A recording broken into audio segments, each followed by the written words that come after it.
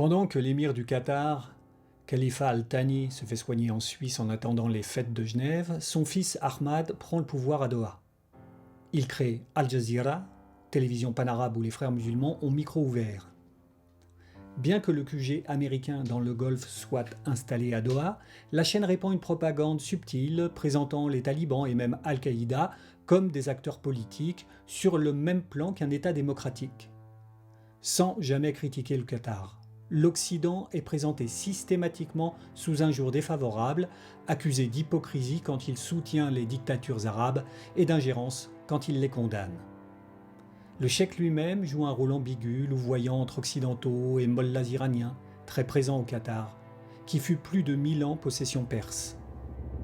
Journaliste vedette, le druze syrien Faisal Al-Qassem, sous prétexte de débats contradictoires, dénonce en boucle le complot américano-sioniste aux grandes dames des Saoudiens.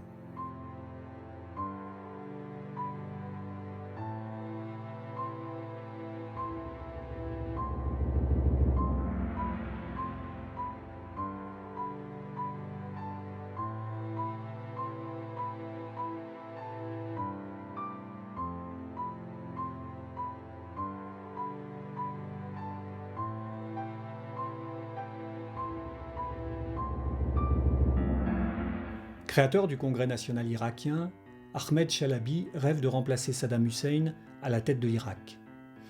Il ne représente guère qu'une poignée d'immigrés, mais il a ses entrées au Pentagone. Paul Wolfowitz. Conseiller de Bush, opposé aux accords de désarmement avec la Russie, Wolfowitz veut renverser Saddam Hussein. Il fait subventionner Chalabi par le NED, émule de la CIA, ayant pour but de répandre la démocratie. La secrétaire de Chalabi, Shaha Riza, est désormais payée par le NED, où elle est chargée du Moyen-Orient. Syro-saoudienne, libyenne et britannique, Riza devient la maîtresse de Wolfowitz. Né dans l'aristocratie chiite irakienne, son père était président du Sénat du roi Faisal, Chalabi a vécu presque toute sa vie en exil.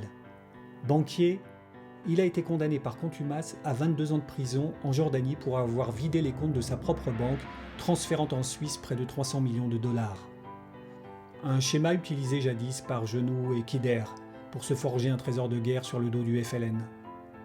Se lancer en politique coûte cher. Avec Wolfowitz, Chalabi a trouvé un levier qui fera bouger les États-Unis. Il fournit même le prétexte au président Bush. Les armes de destruction massive que possède encore Saddam Hussein selon ses espions en Irak.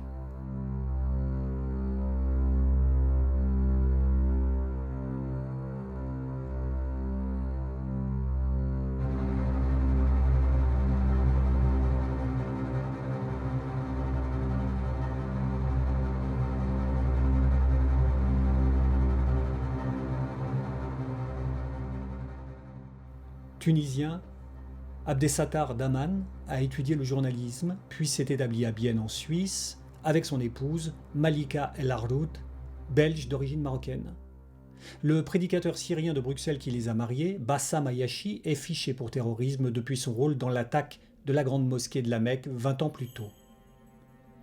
Pour se rendre en Afghanistan, Daman est passé par les madrasas de Damas, étroitement encadrés par les services secrets syriens. Il a une mission. Assassiner le commandant Massoud, seul rival des talibans qui protège Al-Qaïda en Afghanistan. L'explosif est dissimulé dans sa caméra et Daman, alias Abu Beida, meurt avec le lion du Panjshir.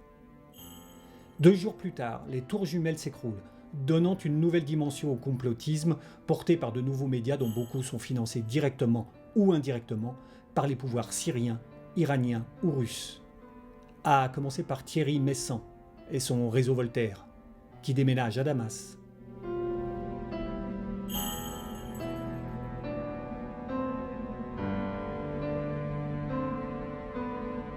Dix jours après New York, l'explosion d'une usine chimique fait 31 morts et 2500 blessés dans la ville rose. Pour le ministre de l'Intérieur, Daniel Vaillant, l'hypothèse de l'accident est prioritaire et les indices d'un attentat sont écartés.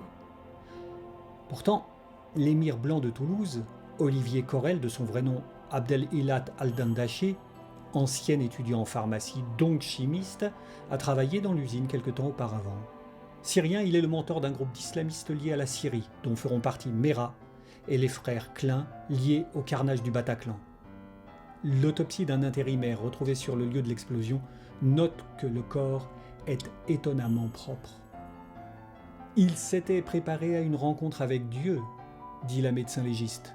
Avec Dieu et avec les houris du paradis, si l'on en croit la demi-douzaine de slips superposés qu'il portait sur lui. Une technique djihadiste censée protéger les bijoux de famille. Il s'était converti à l'islam radical quelque temps auparavant. Devinez chez qui? Corel, arrivé en France en 1973, a été interrogé et gardé à vue à plusieurs reprises, mais aucune preuve n'a jamais pu être retenue contre lui.